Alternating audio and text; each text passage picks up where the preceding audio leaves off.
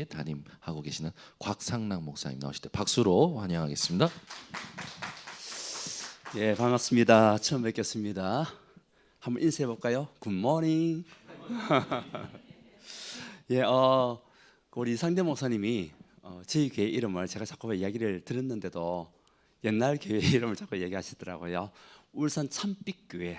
옛날에 새소망이었습니다. 새소망이었는데 그때는 이제 소망을 잃어버린 자들에게 새로운 소망을 주자라고 했었는데 또 하나님께서 교회 이름을 바꿀 수 있는 또 그런 시간표가 되어가지고 복음이 없는 자에게 참복음으로 살리는 교회가 되자 해서 울산 참빛교회, 빛을 발하는 교회로 그렇게 했습니다. 제가 이제 울산에 있기 때문에 오늘 11시잖아요.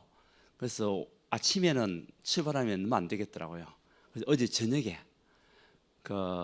출발해가지고 이게 근처에서 이제 숙박을 하게 되었고 이제 오늘 여러분을 만나게 된 겁니다. 우리 훈련 받을 때 되면은 가장 먼 곳이 저희 교회 같아요. 부산도 부산이지만 우리 울산에서도 끝자리에 있는 방아진입니다. 거기 방아진을 아세요? 그 방아진에서 우리 톨게이트까지 넣으려면 한 30분 정도 더 나와야 돼요.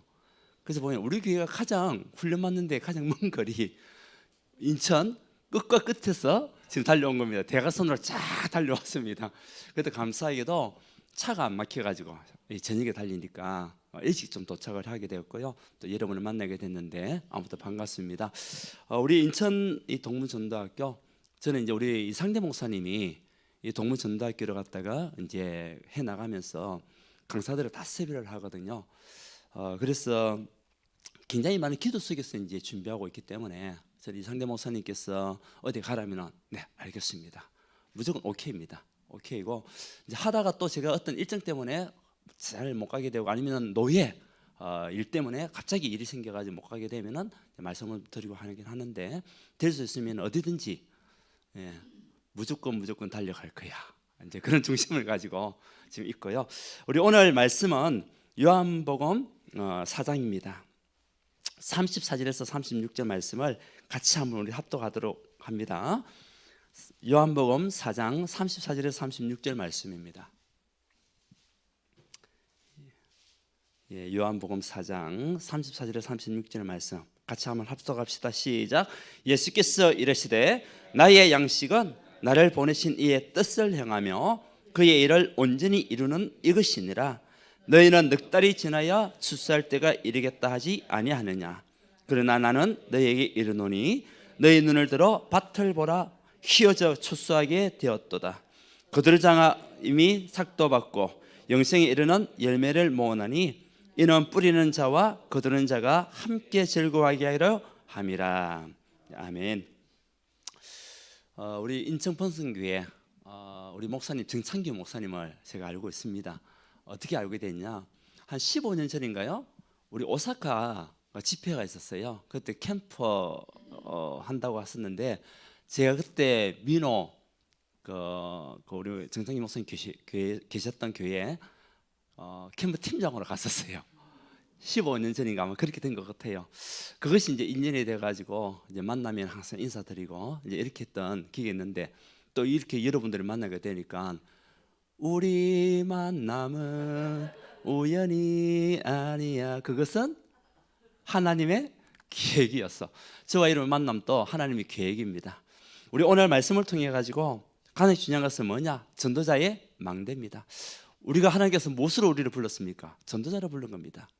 그래서 오늘 말씀을 통해 가지고요, 전도자의 망대. 요즘 망대란 말을 굉장히 많이 쓰잖아요.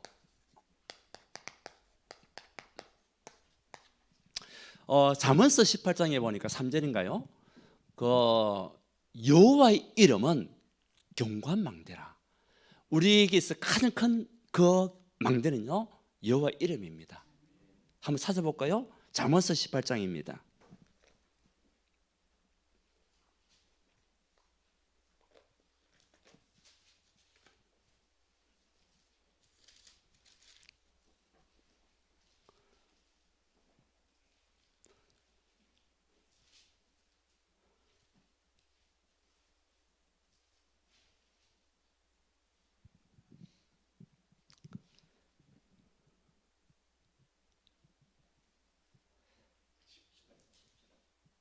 18장 10절이죠.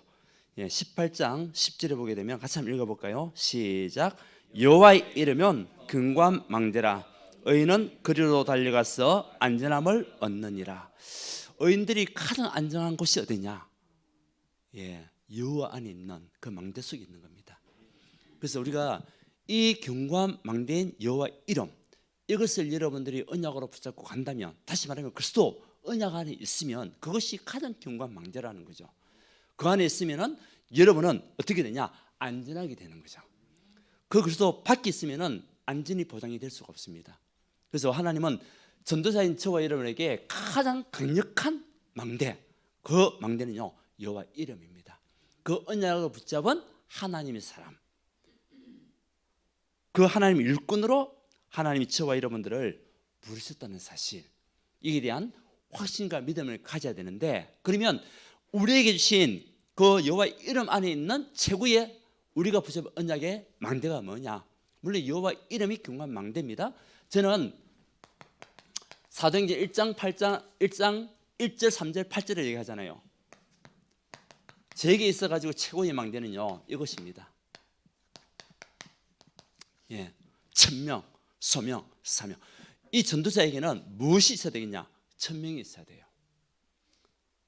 여호와 이름을 높일 수밖에 없는 천명, 우리가 흔들리지 않을 천명이 있으면 여러분 어떤 상황 속에서도 무너지지 않습니다. 제에게 있어서 가지고 하나님의 음성, 그 예레미야에게 하나님께서 두 번째 말씀이 임하니라. 여러분에게 어떤 말씀이 임해 있습니까? 저는 제가 붙잡은 천명이 있어요. 그 천명은 1987년도에 붙잡은 천명이에요. 오래됐어요. 1987년도. 제 나이가 지금 이제 공개하면은 60입니다. 한국 나이로 60인데 1987년도 이제 대학 4학년 때 붙잡은 언약입니다. 그것이 뭐냐? 눈을 들어 밭을 봐라. 오늘 말씀이었죠. 눈을 들어 밭을 보라. 이것이요 제가 대학생 때 붙잡은 천명입니다. 언제 붙잡았냐?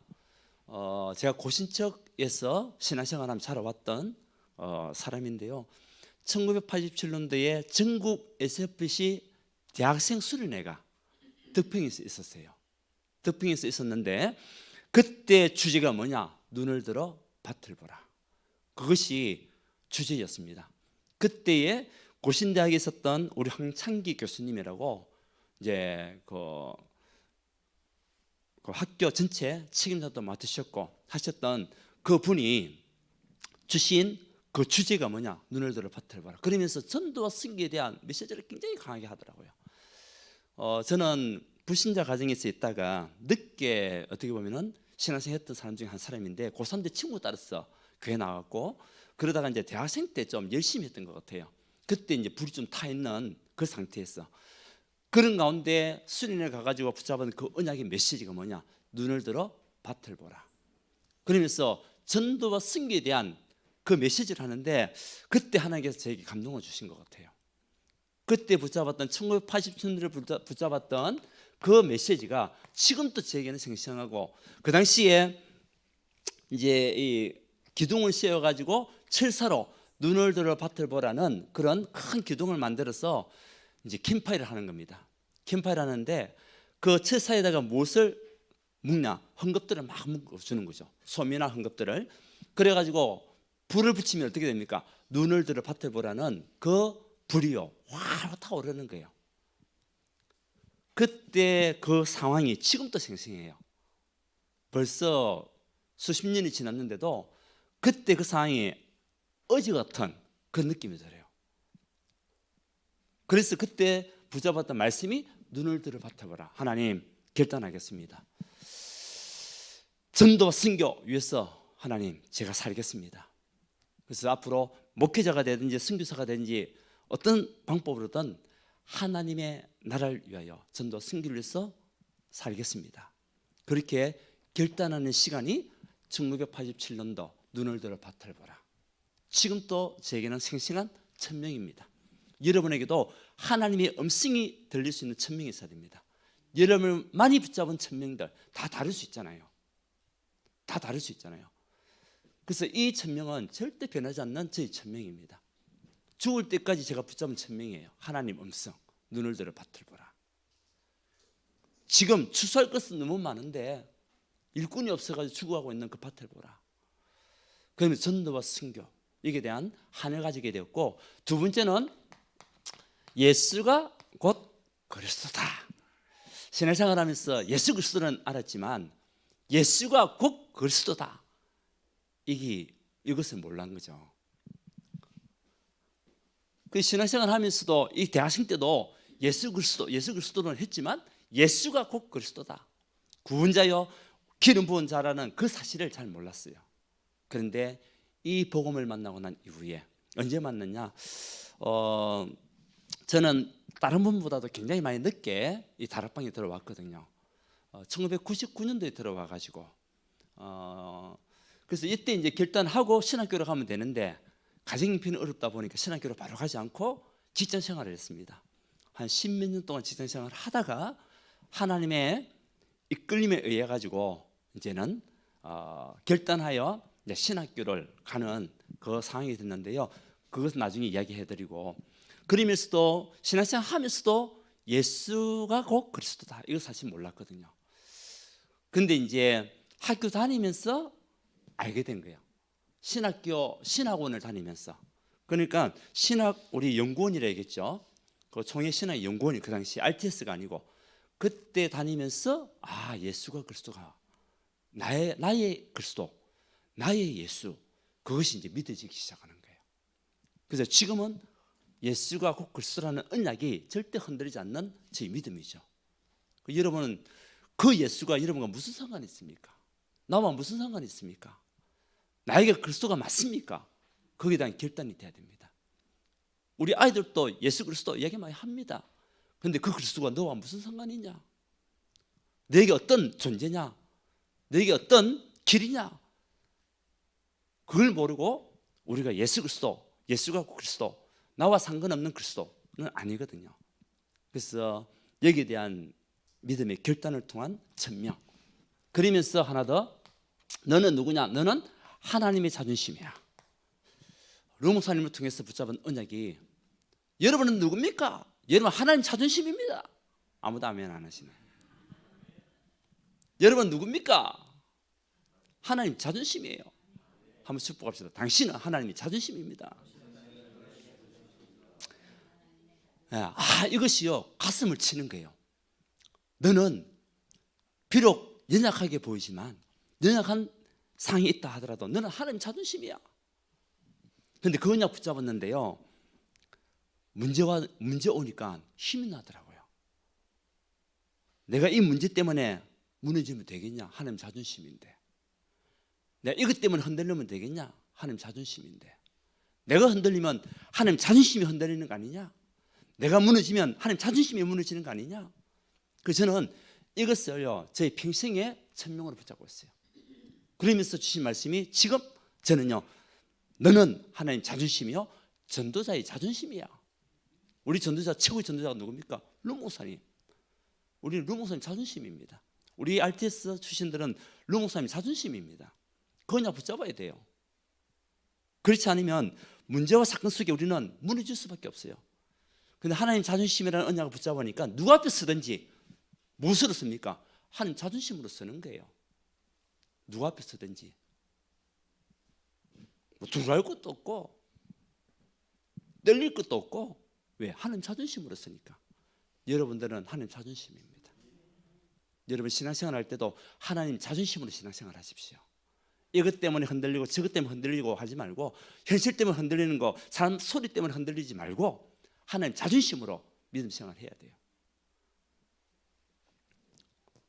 그래서 여러분에게 어떤 천명이 있냐? 하나님께서 나에게 주신 메시지잖아요. 그것을 여러분들이 가지고 있어야 돼요. 물론 다 가지고 계시겠죠. 근데 지금 그 천명의 말씀이 나와 무슨 상관이 있냐? 지금 우리 현실 속에서 어떻게 그 말씀이 성취가 되고 있냐 봐야 되거든요. 그래서 이것은 변하지 않는 저의 언약입니다. 눈을 들어 밭을 보라. 예수가 곧 그리스도시다. 나의 모든 우승숭배했던 나의 모든 삶저지를 꺾으신 그 그리스도가 내 인생의 주인이 맞구나. 그 응답을 지금 받아가고 있거든요. 그러면서 어디 가든지 너는 하나님의 자존심이야. 오늘 또 여러분 앞에 제가 무엇으로 썼을까요?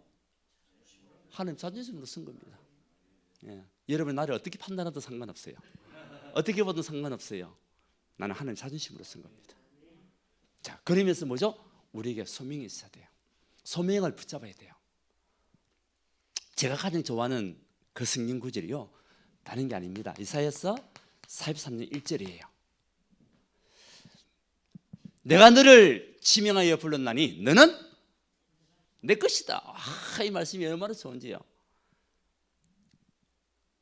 하나님께서 찌뽕 하면서 너는 내 것이야. 하나님이 너를 지명해서 불렀다는 거예요. 전능하신 하나님, 창조주 하나님이 나를 지명해서 불렀는데, 네가 물 가운데 다닐지라도 물이 너를 침몰치 못하게 할 것이며 불 가운데 다닐지라도 불이 너를 타지 못하게 할 것이다. 내가 너를 지명하여 불렀다. 내가 너를 보배롭고 존귀한 자로 여기노라. 하나님이 저를 지명해서 불렀는데 어떻게 불렀냐? 보배롭고 존귀한 자로. 여러분은 어떤 존재입니까? 보배롭고 존귀한 자입니다.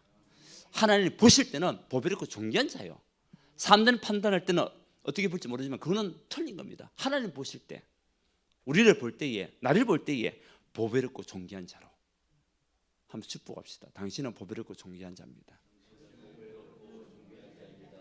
예.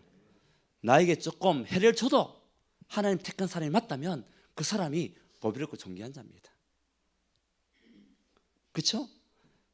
그래서 지명해서 불렀다는 것이 얼마나 감사한지요. 우리 대통령이 지명해서 장관해 하면 하는 거 아닙니까? 근데 전능하신 하나님, 창조주 하나님 나를 무엇으로? 전도자로 지명해서 불렀다. 최고 축복이죠. 그러면서 예레미야서 1장 5절에 보니까 내가 너를 복중에 짓기 전에 알았고, 저희 엄마가 임신하기 전에 하나님이 나를 미리 알았대요. 감사하죠? 언제부터? 창세전, 영세전부터 나를 알고 계셨대. 복중에 짓기 전에 나를 알았고, 그리고 복중에 있을 때에 성별했다. 무엇으로? 남자와 여자로, 또 전도자와 불신자로. 아무도 아멘 안 하시네요. 그 이후에 더 중요한 거, 여러 나라를 살릴 선지자로 세우기 위함이라. 여러 나라를 237을 살리기 위한 선지자로 세우기 위해서 우리를 불렀다는 거예요. 복중에 짓기 전에 내가 너를 알았고, 복중에 있을 때에 성별했고, 여러 나라를 살릴 선지자로 내가 세우노라. 감사하잖아요. 감사하잖아요. 언약만 붙잡았는데 하나님이 복음 전하는 전도자로 세우시더라고요. 여러분, 언약만 붙잡아도 됩니다. 그 언약이 나에게 성취가 될 수 있도록 언약만 붙잡아도 됩니다. 보세요. 마가복음 3장 13절에서 15절에 보니까 하나님께서 나를 원해서 불렀대요. 원해서 불렀대요. 원해서. 누가 원했어? 하나님이 원했어. 여러분이 그냥 이곳에 있는 것이 아닙니다. 하나님이 원해서 여러분들 이곳에 있는 거예요. 하나님이 원했어. 왜요? 함께하기 위함이요. 전도하며 기준을 내자는 권세를 주시기 위하여.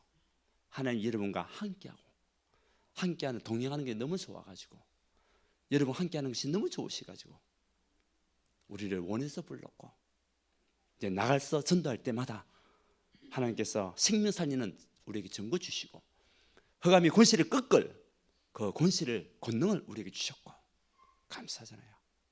이 소명이 여러분이 언약을 붙잡고 있냐는 겁니다. 이것이 여러분이 있으면 흔들릴 이유가 있습니까? 없습니까? 없어요. 그런데 왜 흔들립니까? 왜 자꾸 갈등합니까? 이리 갔다 저리 갔다, 차라리 돌아서 갈까? 왜 흔들립니까? 그리고 보세요. 요한복음 15장 16절에 너희가 나를 선택한 것이 아니고 내가 너희를 선택했다. 우리가 하나님 선택한 게 아니에요. 여러분들 하나님 선택한 게 아니라니까요. 하나님이 여러분들을, 하나님이 나를 선택한 거예요. 맞습니까? 몇 프로의 사람으로? 0.01%의 사람으로. 저는 우리 교회에서 그렇게 얘기합니다. 세계 인구가 얼마냐? 75억 아니냐? 그 중에서 예수가 그리스도 아는 사람이 과연 몇 명이나 있겠냐? 몇 명이나 있을 것 같습니까? 75억 중에. 자, 10분의 1로 잘라봅시다. 그러면 7억 5천이에요. 10분의 1이면 7억 5천. 그렇잖아요. 100분의 1로 한번 해봅시다. 그러니까 1%를 한번 해봅시다. 1%면 얼마입니까? 7,500. 7,500의 사람들이 예수가 그리스도 알고 있을까요? 예수가 그리스도라는 사실을? 자, 그럼 0.1%로 갑시다. 그럼 얼마입니까? 750만. 750만의 사람이 예수가 그리스도. 우리 지금 다락방에 있는 멤버가 30만을 얘기합니다. 750만 명이 알고 있을까요? 예수 그리스도? 그렇게는 알고 있겠지. 자, 그러면 0.01%로 갑시다. 0.01%면 75만입니다. 그렇죠? 그러면 그 사람들이 다 안다 생각합시다. 그 여러분 몇 프로의 사람들입니까? 0.01%의 사람들이에요. 감사하지 않습니까? 0.01%의 사람으로 하나님이 여러분을 선택했다는 겁니다. 0.01%의 사람. 사실 우리가 아무것도 안 해도 돼요. 0.01%의 사람인데. 근데 아무것도 안 할 수는 없으니까. 맞아? 복음 전하는 것이. 왜요? 그 사람들도 0.1%의 사람으로 우리가 인도해야 되니까. 그 여러분의 가치가요, 대단한 가치입니다. 대단한 가치라니까요. 0.01%의 사람들이에요. 근데 흔들려요? 근데 낙심해요?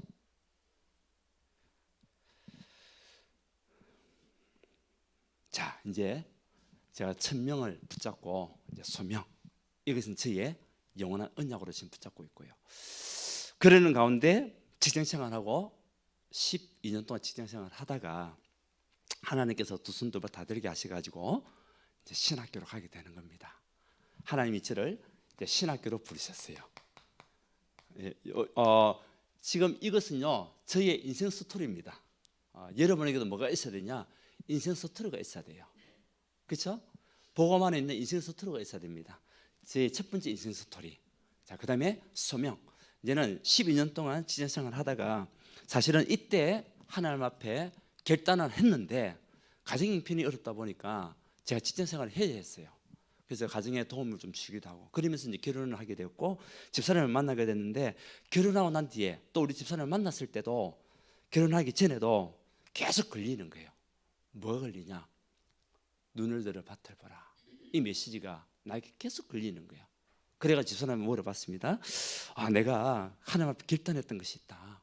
그래서 앞으로 목회나 선교사를 가려고 하는데 당신 따라갈 수 있겠냐 물어보니까 연애할 때 자기는 절대 그렇게 할 수 없대요. 집사람이 이제 선교원에서 활동했던 또 선교 신학교로 나와가지고 목회자의 그런 상황들 이런 것들 너무 잘 알다 보니까 처음에는 고생하는 길이라고 생각하는 거죠. 그리고 자기가 청년 때에 많은 선들이 들어왔는데 목사님들, 전도사님들 선이 그렇게 많이 들어왔대요. 근데 자기는 무조건 노예했답니다. 자기가 원하는 그 남편은 훌륭한 장로감. 네, 아주 멋지게 우리 랩런트에게 빵빵 돈 쏘고 그죠? 교회에서 헌금하고 그런 장로감. 자기는 그거 원한다는 거예요. 내가 보니까 그렇게 보이더래요. 사귀면서. 근데 내가 이 목회 길로 간다고 하니까 안 맞는 거지. 그러려면 사귀지 말자 하더라고요. 근데 안 사귈 수가 있습니까? 아까운데요. 그러다가 이제 결혼하게 된 겁니다. 결혼한 난 이후에도 또 1년 있다가 물어봤어요. 내가 계속 끌린다. 이 길을 가고 싶은데 같이 갈 수 있겠냐? 자기는 못 간답니다. 근데 아기가 태어났어요. 또 물어봤습니다. 그러면 당신이 아기 맞고 자기는 필리핀에 선교사가 있는데 그걸로 가겠다는 겁니다. 이혼하자는 겁니다. 그때까지 집사람은 이제 아닌 거죠. 둘째 놓고 난 이해도 또 물어봤습니다. 아닌 거예요. 근데 하나님이 일하시더라고요.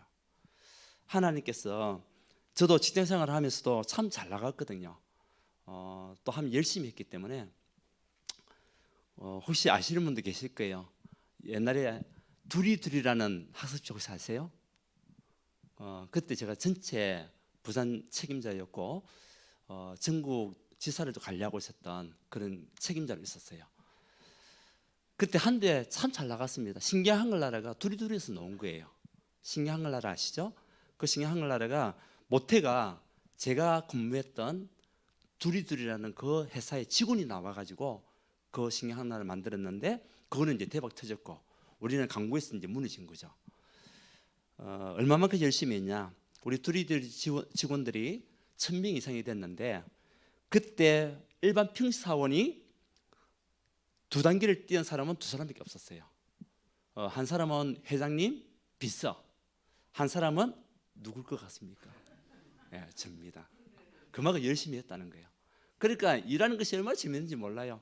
물론 집에는 굉장히 늦게 들어갔습니다. 새벽에 들어가니까 집사람이 남편 기다리다가 우울증 걸렸죠. 예, 혼자서 또 아기를 봐야 되니까 얼마나 힘들었겠습니까? 참 미안하기도 한데 근데 하나님이 이제 회사도 힘들게 만들고 또 집사람 또 일을 했는데 웅진에서 일을 했었어요. 집사람 또 29에 웅진의 상무가 될 정도로 열심히 했습니다. 근데 하나님이 그걸 다 적게 만드시더라고요. 그러면서 우리가 매형 또 사업 하는데 차명이라는 말은 우리 이름을 빌려주는 거잖아요. 보증하고 다른 거죠. 그 우리가 돈 빌린 거로 되어 있는 거예요. 근데 그 당시 97년도에 매형이 사업하다가 부도를 낸 거죠. 어떤 부도를 냈냐? 100억이라는 부도를 낸 겁니다. 그게 우리가 다 걸려가 있었어요. 하나님이 이것저것 다 묶어가지고 안 오면 안 되게끔. 그래가지고 99년도에 결단하고 집사람도 하나님 더 이상 내가 버티지를 못하겠습니다. 항복하겠습니다. 하나님 앞 항복해가지고 이제 멋진 장로감이 아닌 멋진 목회자 하나님 언약 붙잡겠습니다 하고 이제 돌아오게 됐고 이제 신학을 하게 된 겁니다. 그런데요, 제가 신학교 그 일반 대학 출신이다 보니까 이 신학을 한 적이 없잖아요. 물론 그때 이제 결단하고 난 뒤에 고신대학을 가려고 했어요. 고신대학원으로 가려고 하다가 하나님 그 문을 막으시고 다락방을 만나가지고 우리 총회 신학연구원 그 성남 기도원 있죠. 지금 임마누엘 교회 그 교회 상인 2학기를 편입해가지고 한 학기를 하고 그 다음에 이제 옮긴 거예요. 그 성남에 있는 그게 저 시장통에 옮겼다가 덕평으로 가게 된 거죠. 그래서 거기서 3년을 보내게 된 겁니다. 그런데 성남에 있는 지금 임마누엘 교회 그 자리 그때 임마누엘 기도원이었거든요. 그게 처음으로 이제 신학을 하면서 어제 앉자마자 엄청나게 울었습니다. 제가 엄청나게 울었는데요. 울었던 그 이유는 2가지였습니다. 하나는 너무나 돌아온 세월이 아깝더라고요. 하나는 몇 년 동안 돌아왔냐? 12년 동안 13년 동안 돌아왔거든요. 이때 결단했으면 되는데 돌아왔던 그 세월이 한편으로 보니까 너무 아깝더라고. 또 하나는 뭐냐? 하나님 감사합니다. 이제라도 하나님을 결단했던 그 신앙 고백, 소원했던 그 소원들 이룰 수 있는 시간표로 이 자리에 인도하시니까 너무 감사합니다. 그러면서요 눈물을 펑펑 흘렸거든요. 그래서 그 자리에 앉았던 그거 지금도 생생합니다. 제게는 그때 그 시절이 있습니다. 그때 여러분들에게 그때 그 시절이 있습니까? 하나님을 결단했던 시간이 있습니까? 소원했던 시간이 있습니까? 눈물 흘렸던 그 시간이 있습니까? 그러면 문제가 와도 흔들리지 않습니다. 어떻게 돌아왔는데요? 어떻게 돌아와서 지금 이 자리에 있는데요? 갈등할 이유가 있습니까? 갈등은요 뭡니까? 사치입니다. 여러분 갈등하는 건 사치입니다. 0.01%의 사람들이라니까. 아멘? 예. 갈등은요 사치예요. 그래서 신학교를 갔는데 너무나 좋은 거예요. 너무나. 그래서 우리 동기들하고 또 우리 종신 제가 사기거든요. 그래서 사기를 잘 칩니다. 예. 사기인데 참 재밌게 학교 생활을 했었어요. 물론 공부도 나름대로 열심히 한다고 했지만 놀기도 잘 놀았어요. 운동도 열심히 하고 뭐 놀러도 자주 다니고 그렇게 하면서 이제 학교를 졸업했는데 졸업하자마자 뭐였냐? 하나님께서 개척하게 하시더라고. 그때가 2003년입니다. 2003년에 졸업을 했는데 바로 개척하게 하시더라고요. 근데 이건 제가 개척하고 싶어서 한 게 아니에요. 하나님이 하게 하시더라고. 하나님께서 어떻게 하게 하시냐? 제가 섬겼던 목사님, 제가 부교육자로 있었던 그 교회의 목사님이 우리 부산에 계셨던 허땡땡 목사님이라고 계세요.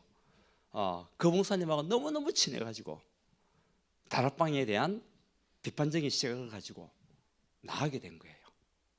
그 나가면서 제가 이제 방어진에 치기를 담당하고 있었거든요. 근데 목사님 들어가시다가 성도들하고 싸웠어요, 목사님이. 그러다 보니까 본인이 못 들어가시고 저보고 이제 들어가서 개척교회 같이 생활해라고 얘기하시더라고요. 마음껏 해라. 근데 목사님께서 들어가셔야 되지 않겠습니까? 못 들어가겠다는 거예요. 성도들이 원하지 않는다는 거예요. 그래서 제가 이제 파송받아서 갔죠. 그러면서 이따가 다락방을 이제 그만두게 됐거든요. 그때 이제 목사님 저보고 얘기하시더라고요. 만약에 자기가 다락방 그만두는데 자기를 따라가게 되면 이 교회 다 주겠다는 거예요. 지교회를 저한테 주겠다는 거예요. 얼마나 달콤한 유혹입니까? 성도가 있죠. 그리고 물론 교회 건물을 산 건 아니지만 그래도 교회 건물 하나 얻어가지고 전세를 내고 있죠. 거기 보면은 성물들도 다 있죠. 얼마나 달콤한 유혹입니까? 근데 제가 그렇게 목사님 죄송합니다. 제가 신학한 것은 딴 데서 한 것도 아니고 우리 그 당시 총회 신학연구원이었으니까 그래서 했기 때문에 제가 딴 데 갈 수도 없고 목사님 따라갈 수 없으면 죄송합니다. 목사님 저는 개척하겠습니다 라고 해가지고 말씀드렸더만 그래 목사님 하신 말씀이 그러면 거기에 있는 건 모든 거 다 놔두고 나가라 라고 얘기하는 거예요. 제 거 아니니까 뭐. 네, 목사님 알겠습니다. 그래가지고 개척하면서 이제 그 하기 전에 성도에 얘기했습니다. 목사님이 이제 아마 이곳에 관리하게 될 것이다. 저는 이제 목사님 따라갈 수 없으니까 따로 개척할 것이다. 여러분들은 한 명도 오지 마라라고 했는데 이제 성도들 다 흩어지는 거 이제 목사님 다락방 안 하시니까 거기 있었던 성도들이 다락방 교회를 가기도 하고요, 일반 교회로 가기도 하고. 그때는 제가 이제 99년도에 처음으로 합숙받았기 때문에 복음도 잘 몰랐고 사실 이때도 잘 뭐 예수 그리스도 하지만은 나의 그리스도가 잘 안 됐어요. 잘 안 돼가지고 개척하면서도 이 훈련도 많이 늦었고요. 그 우리 다락방은 희한한 게 그 사람을 개선하는 척도가 뭐냐면 훈련이에요. 합숙 훈련 몇 개입니까? 이렇게 물어보는 거 있죠. 합숙 훈련이 벼슬이라. 팀 합숙 훈련이 벼슬이라. 그러니까 학교 다니면서도 합숙 몇 개입니까? 그렇게 물어봐요. 벼슬이더라고. 그랬는데 이제 세 사람이 따로 오더라고요. 오지 말라고 했는데도 그 세 사람을 통해 가지고 가정에서 예배를 드리게 된 겁니다. 근데 개척하면서 제가 학교 다니면서 늘 마음에 담았던 것이 루 목사님 메시지였습니다. 뭐냐? 루 목사님께서 이제 부교자 생활 하다가 동산 제일교회를 가셨다고 얘기하잖아요. 그때 가보니까 38명의 성도가 있더라. 그거 보니까 전부 다 노인들이 있고 젊은 사람은 없더라. 근데 가서 보니까 다 선교비를 받고 있더라.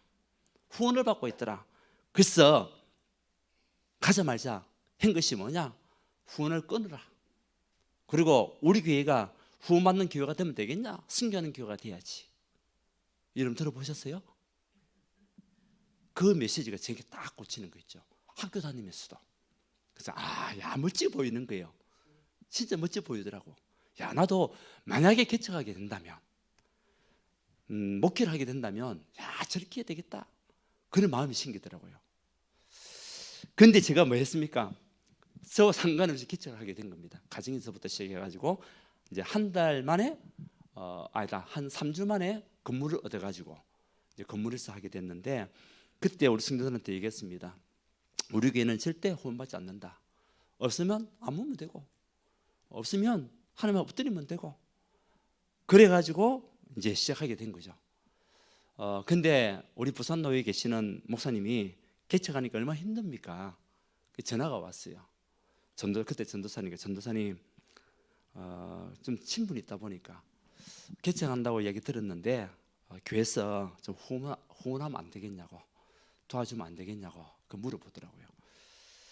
그 제가 그렇게 얘기했습니다. 목사님 너무 감사합니다. 감동입니다. 그런데 무슨 죄송합니다. 저보다 더 어려운 우리 동기가 있습니다. 우리 동기를 좀 도와주십시오. 라고 해가지고 우리 교회는 이제 돕지 않고 그 동기 교회를 한 3, 4년 정도 도왔어요. 제가 왜 그랬냐? 이유가 있습니다. 여러분, 하나님께서 교회를 세웠잖아요. 하나님께서 목회자를 갖다가 그곳에 파송했잖아요. 그렇다면 그 목회자를 누가 책임져야 됩니까? 물론 하나님 책임져야 되겠죠. 그리고 여러분들이 책임져야 되는 겁니다. 성도들이요, 목회자를 책임져야 되는 거예요. 그렇지 않습니까? 아무도 아멘 안 하시네. 맞잖아요. 여러분들이 복을 받아가지고 여러분들이 경제 축복 받았어. 목회자를 마음껏 도와야죠. 그래서 저는 우리 성도들이 복받게 해야 되겠다. 우리 성도들이 복받게 해야 되겠다. 근데요, 우리 부산 노예대 보면은 10년째, 20년째 후원 받는 교회들이 있어요. 10년째, 20년째. 왜 그럴까요? 그래서 저는 그렇게 결단했죠. 우리 성도들이 복 받아가지고 목회자를 섬기고 후원하고 목회자가 부족이 없도록 해야지. 그런 결단을 하고 이제 1년 동안 힘들게 개척했습니다. 근데요, 1년만 하나님께서 자립 이상으로 다 회복시키더라고요. 우리는 개척하자마자 선교를 시작했습니다. 돈은 얼마 되지 않지만 바로 시작했습니다. 왜? 루 목사님 메시지가 꽂혔거든요. 그래서 저는 어디 가든지 우리 알티스 전도학교 할 때마다 이야기를 합니다. 왜? 우리 후배들이 있기 때문에. 후배들이 있기 때문에 성도들이 복을 받도록 해라. 아멘. 그 우리 성도들, 우리 목사들 뭐합니까? 목회자들 뭐합니까? 기도하는 거예요. 누구를 기도합니까? 성도를 위해 기도하는 겁니다. 여러분들이 마음껏 목회자를 듣고 로마서 16장 인물 늘 이야기는 하지만 늘 그런 응답 받기 원하지만 실천을 안 하잖아요. 그렇잖아요. 근데 성도들이요, 복을 받기 시작하는 거예요. 가정의 경제문들이 막 열리기도 하고요. 사람의 문도 열리기도 하고요. 그러면서 교회가 이제 성장하면서 1년 만에 이제 성도들도 많이 또 생기기도 했고, 또 이러면서 개척하면서 제일 뛰었던 것이 뭐냐면 훈련. 제가 훈련이 늦었다고 얘기했잖아요. 2년 동안 정신없이 훈련 다녔습니다. 집사람과 같이. 그래서 2년 동안 뭐 합숙 훈련, 그다음에 팀 합숙 훈련, 뭐 그다음에 70원 훈련, 전도 합숙 훈련 2년 동안 정신없이 다녔어요. 우리 애들은 내팽개치고, 애들 돌볼 시간이 없었어요. 그리고 캠프 여기저기 막 다녔습니다. 근데 캠프가 얼마나 재밌는지, 우리 교회가 다른 교회 가서 캠프 하잖아요. 우리 교회 문이 열려가 있어요. 소교가 막 들어오고 소문 듣고 들어오고 막 그러더라고요. 다른 교회 가서 승겼는데, 캠프는 종합 세트구나. 종합 세트입니다. 여기저기 막 터지는 종합 세트예요. 한 교회만 응답받는 게 아니고 같이 응답받는 게 거의 캠프입니다. 그러면서 뭐냐? 렘넌트 운동. 그래서 우리 교회가, 저희 교회가 지금은 이제 렘넌트 많이 좀 없어가지고 기도하고 있는 중인데, 한 2년 사이에 렘넌트들 신앙 다니는, 정신 다니는 렘넌트들이 한 40명 정도 됐어요. 2년 사이에. 그래서 수련회 가게 되면 큰 대형 버스로 우리가 다니고 했었거든요. 그런데 그런 시절이 다 지나가고 지금은 그때 키워졌던 렘넌트들이 또 렘넌트를 키우고 있어요. 그건 이제 감사한데, 지금 계속 렘넌트도 기도하고 있거든요. 그래서 중요한 거는요, 목회자의 결단과 여러분의 결단입니다. 하나님은 그 결단을 보시는 것이지 다른 거 보는 거 아니에요. 믿음을 보시는 것이지, 믿음이 우리의 뭐죠? 예산이라고 얘기했잖아요. 우리 믿음이 예산이에요. 그래서 개척했는데 참 재밌게 했는데, 항상 좋은 일만 있는 게 아니잖아요. 그죠? 신앙생활 하다 보면은, 교회 안에도 보면은 뭐 성도들이 왔다 갔다 움직이는 경우도 많잖아요. 저희 교회도 위기가 왔어요. 문제가 다 생겼어요. 잘 나가던 교회가 이제 이 부교육자를 세웠는데, 이제 연세도 많은, 저보다 나이가 많으신 분을 갈 곳도 없고 거처할 곳도 없던 그분을 모셨는데, 이번이 조금 신비하다 보니까 이제 교회 성도들을 갖다 신비적인 부분들 가지고 자기 사람을 좀 많이 만들어 가지고 이제 그런 여러 가지 과정들이 있었는데 그러다가 교회가 많이 힘든 경우가 있었어요. 그래서 많이 좀 움직여서 임마누엘 교회로 울산교회로 움직였던 그런 교회가 있었고 지금 보면은 그 전도사가요, 이사 전도사가 참 바보예요. 신앙한 것도 아니에요. 그저 내가 필요로 해가지고 우리 교회 전도사 하십시오라고 해가지고 하긴 했는데 그때 이사 전도사지만은 신학도 안 했는 전도사를 우리가 170만 원씩 줬어요. 그 당시에 몇 년도냐? 2010년도, 2014년도 이 당시만 하더라도 170만 원씩 그 사례를 줬어요. 예, 그 다른 분들 물어보니까 신학도 안 한 여전도사 진짜 많이 준다 얘기하더라고요. 근데 그분이 나가는 성도들을 데리고 나가면서 임마누엘 교회 가면서 자기를 전도사 시켜줄 줄 알았지. 근데 신학은 안 했는데 시켜줍니까? 안 시켜주지. 낙동강 올려야 돼버리고. 또 나갔던 성도들은요 거리가 있거든요. 방화진에서 임마누엘 울산교회까지는 이 신앙생활 안 되는 거예요. 제가 참 안타까운 것이 물론 저희 책임이 가장 크죠. 왜? 이들에게 복음으로 뿌리내지 못하겠습니까? 그리고 문제 때문에 또 이 전도사를 내가 관리를 못했기 때문에 이제 그 저희 책임이 제일 컸고 그 다음에 이제 동기를 가졌던 전도사다 보니까 이제 그런 문제를 만나게 되었는데 그 따로 나갔던 성도들이요 누가 다 죽냐? 렘넌트가 다 죽어요. 렘넌트가. 그래서 여러분들이 흔들리지 말라는 이유가 나만 생각하면 안 돼요. 그러나 우리 성도님들 지금도 얘기합니다. 여러분 자신만 생각하지 마라. 자신 생각 때문에 여기저기 움직이지 마라. 여러분 렘넌트를 생각해라. 후대를 생각해라. 여러분 그렇지 않습니까? 거리가 있다 보니까 렘넌트 가냐? 안 갑니다. 물론 부모는 갈 수 있겠죠. 차를 몰고. 그 렘넌트를 아침에 일어납니까? 일찍? 못 일어나거든요. 가까이 있으면 새벽기도 나올 수 있죠. 얼마나 좋습니까? 근데 나갔던 성도들이요 결국 신앙생활이 그냥 하는 신앙생활이 되는 거예요. 응답도 잘 못 받고 제가 똑똑히 보니까 그렇더라고요. 물론 저희 책임이 가장 크겠죠. 근데 이 문제 속에서 제가요 응답받은 게 있어요. 이 문제 속에서 문제가 진짜 문제로 보면 안 되겠구나. 문제가 축복이구나. 문제가 축복이구나. 어떻게 결단하게 됐냐? 제가 그동안 기도 수점을 했어요. 오늘의 말씀 붙잡고 사모늘을 했다고 했는데 집중을 안 했어요. 그동안에 하나님이 해주셨으니까 크게 집중을 안 했어요. 근데 문제가 딱 터지고 나니까 처음에는 굉장히 낙심이 되더라고요. 힘 빠지지 사실은. 그렇잖아요. 한동안 힘 빠졌는데 그래도 나에게 주신 뭐가 있냐? 천명이 있잖아요. 천명이 있으니까 일을 쓸 수 있는 거예요. 그러면서 하나님 앞에 결단하게 됐는데 이날 이후로 그때가 2015년입니다. 이날 이후로 하나님 앞에 완전히 집중하는 시간 3원을 하루도 빠짐없이 지금 하고 있습니다.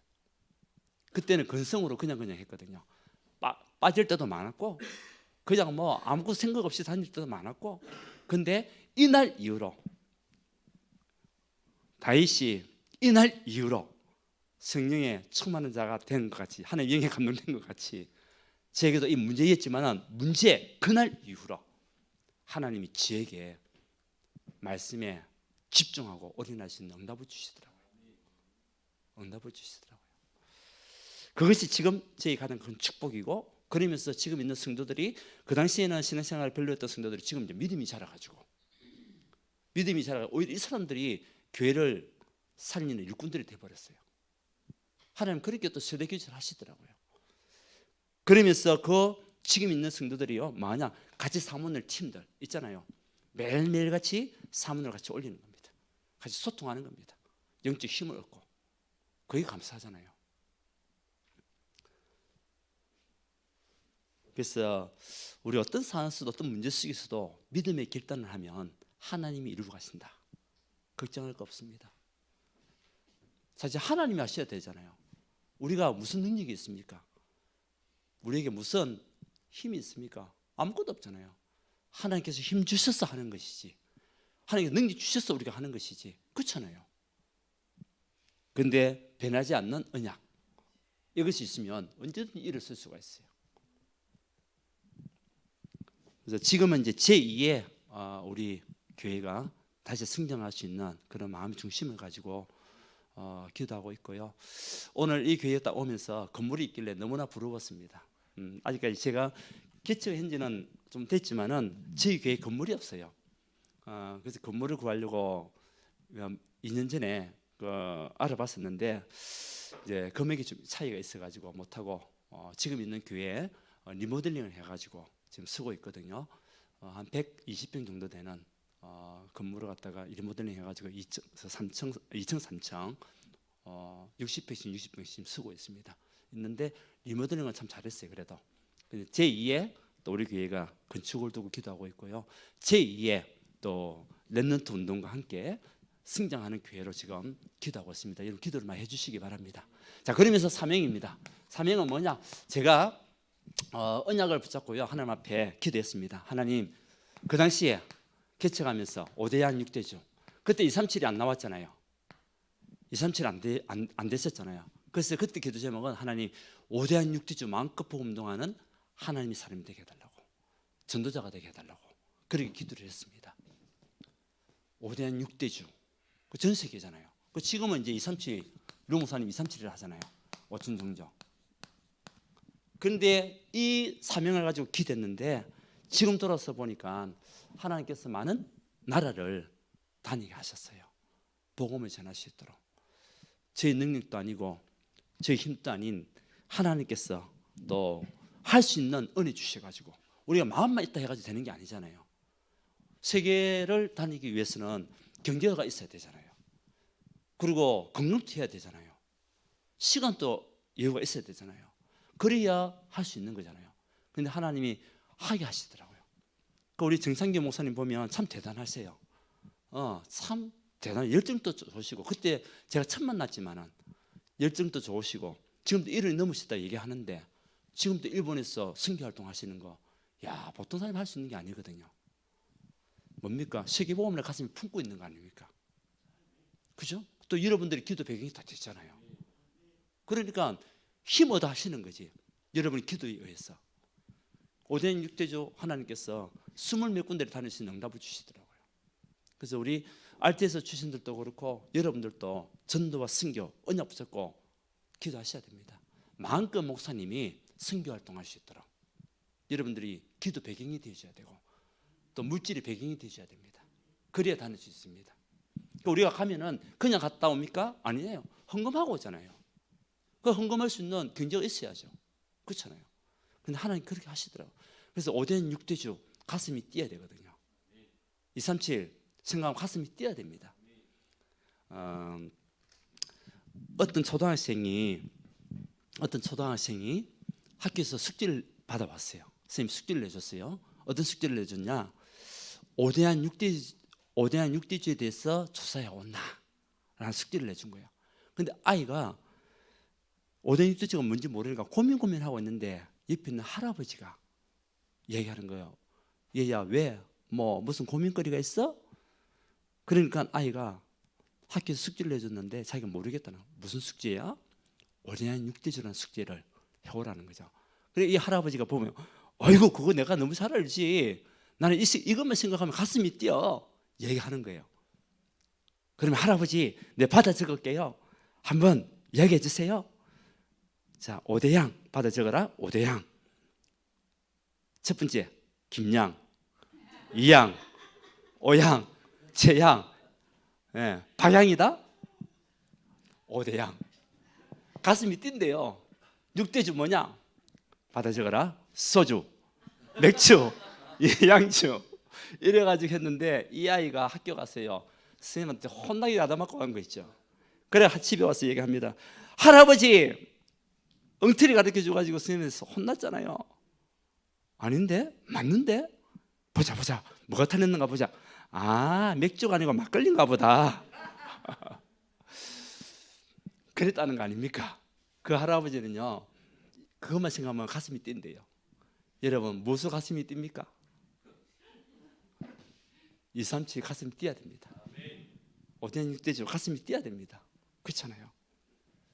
그러면서 우리 캠프 지금 우리 부산노회가 지금 캠프 바람을 일으키고 있어요. 하나님께서 하시는 거죠. 성령이 바라면 하나님께서 일으키는 거죠. 저희들 교회도 지금 이제 제2의 캠프를 지금 준비하고 있습니다. 지금 부산 노예가 중심이 되고 아마 전 세계적으로 아마 캠프가 퍼질 것 같아요. 근데요 팀이에요. 팀이 어떻게 구성되는지 우리 김인영 목사님 혹시 아시는가요? 김인영 목사님이 우리 부산 노예 총무를 3년 동안 지금 하고 계신 3년째거든요. 이분이 항상 마인드가 있어요. 그래가지고 캠프를 이제 하는 총무이기 때문에 캠프를 어떻게 할까?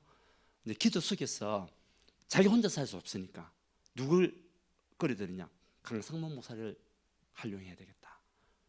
그런데 그것이요 시너지가 돼가지고 엄청난 폭발력이 일어난 거예요 지금. 그래서 강상문 목사 혼자서도 할 수 없어요. 김인현 목사는 혼자서도 할 수 없어요. 팀이 딱 이루어지니까 지금 전국에서 부산노예 캠프 지금 집중하고 있거든요. 캠프는 뭐냐? 종합세트라 얘기했잖아요. 캠프는 종합세트입니다. 빛을 발하는 거죠. 빛의 망대를 세우는 거잖아요.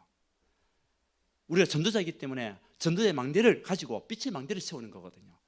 그래서 여러분들이 캠프의 모든 날을 정해서 내가 있는 그 현장부터 여러분 캠프를 준비하고 분석하고 순회하고 이런 시간표가 있어야 되겠죠.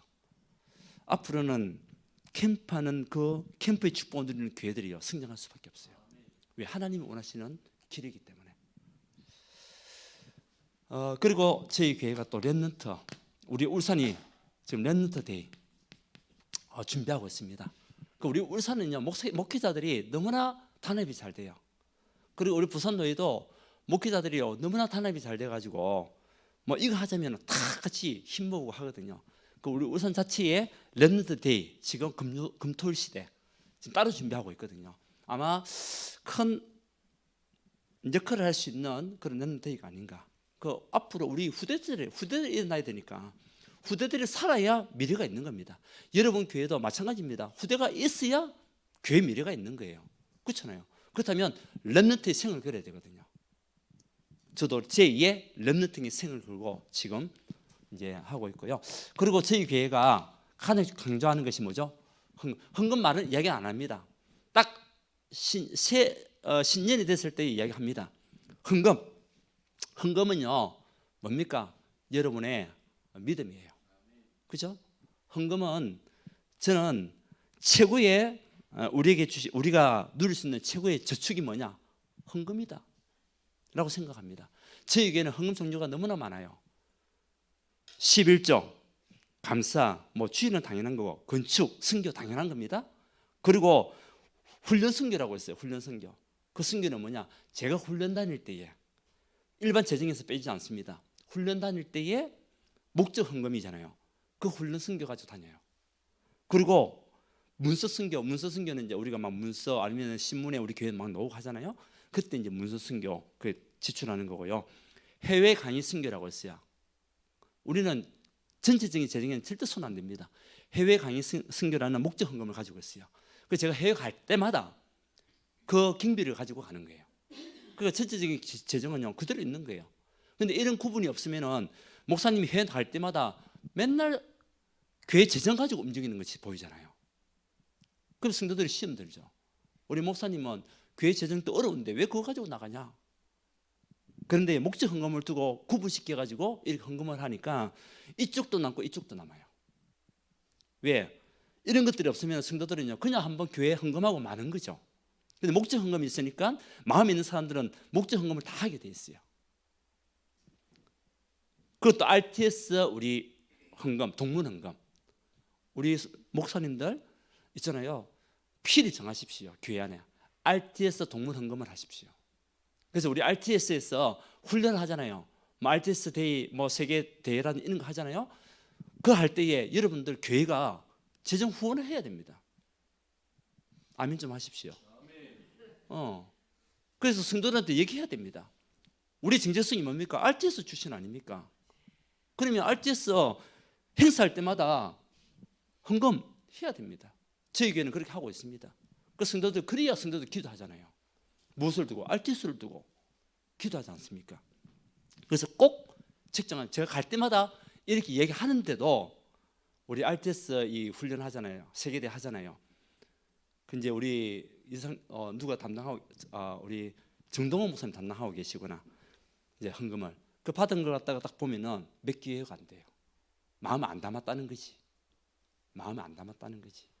물론 잘하는 교회는 잘해요. 그래서 저는 어디 가든지 꼭 이야기를 합니다. 왜? 교회가 받을 응답이니까, 성도들이 받을 축복이니까 꼭 이야기합니다. RTS 헌금 책정하십시오. 그리고 우리 오후 예배는 무조건 렘넌트를 위한 헌금이에요. 오후 때 드리는 헌금은 얼마가 됐든 간에 무조건 렘넌트를 위해서, 렘넌트 훈련, 지원, 행사 지원, 모든 거 다 렘넌트를 위해서 쓰는 겁니다. 그리고 차량 헌금, 차량 헌금을 두고도, 그래서 교회에 헌금 12가지 구역 예배까지 포함하면 13가지예요. 여러분 교회는 몇 가지입니까? 12가지예요? 맞네요. 맞네요. 목자 헌금 있어야 돼요. 응답받는 성도가 있다니까요. 응답받는 성도가. 우리 형편이 그런데요. 그건 내 생각입니다. 하나님께서 하게 하시면 하는 성도가 나옵니다. 왜? 우리 헌금은요, 영원한 축복이요. 헌금이요, 내뿐만 아니라 자손만대 응답받는 축복이에요. 자손만대. 여러분들 이거 안 하고 잘 먹고 잘 산다? 후대들이요, 앞으로 힘들어집니다. 저는 그렇게 생각합니다. 자, 마지막 결론입니다. 우리 동문 전도학교는 뭐냐? 왜 동문 전도학교를 합니까? 소통입니다. 결국 소통을 위해서 우리가 동문 전도학교를 하는 겁니다. 이렇게 우리가 같이 만남이 축복이, 이 일이 아니면 어떻게 만나지겠습니까? 그렇잖아요. 그래서 세계 RTS를 통해 가지고 세계 현장에 망대를 세우는 그 시간표가 뭐죠? 동문 전도학교입니다. 그래서 여러분들 오늘 이곳에 오신 것은 여러분들이 지금 이 자리에 세계 망대를 세우는 자리예요. 세계 망대를 지금 세우고 있는 거예요, 지금. 그래서 우리 RTS를 두고 기도하고 있잖아요. 또 우리 RTS 우리 출신들은요, 우리 RTS 하는 훈련들 다 참석해야 됩니다. 재정 지원도 해야 됩니다. 그래서 우리 동문전도학교를 통해 가지고 교회들이 힘을 얻고 또 성도들에게 힘을 주고 같이 함께 가는 겁니다. 목사님들만 가면 안 되잖아요. 여러분 참석하신 이유가 함께 하기 위해서 참석하신 거, 저는 너무나 감사한 거 있죠. 우리 부산노회도, 부산 동문전도학교도 여러분 같은 그런 제자들이 많이 참석하면 좋을 것 같아요. 기대해 주세요. 우리 목회자들만 지금 몇 번 이야기했는데도 목회자들만 참석해요.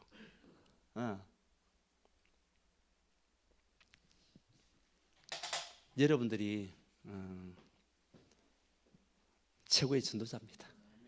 한번 인사합시다. 당신이 최고의 전도자다. 자, 여러분은 누구라고요? 하나님의 자존심, 전도자의 자존심입니다. 기도하겠습니다. 하나님 감사합니다. 오늘 이 자리에 하나님의 자존심이요, 전도자의 자존심인 언약의 사람들이 모였습니다. 하나님 주셨던 천명, 소명, 사명을 마음에 담는 최고의 전도자가 되어 교회 살리고 목회자 살리고 현장 살리는 하나님 일꾼 되시도록 축복하여 주시옵소서. 우리에게 미래가 있습니다. 렘넌트들이 있습니다. 우리 자신만 생각하지 말고 미래를 생각하는 우리 모든 전도자가 되어 앞으로 모델적인 축복을 누리시도록 성령께서 역사하시고 교회들마다 영적인 축복과 제자 운동이 일어나며 경제의 큰 문들이 열려지는 가운데 전도와 승리하는 교회들이 다 될 수 있도록 하나님 축복하여 주시옵소서. 예수 그리스도 이름으로 기도하옵나이다.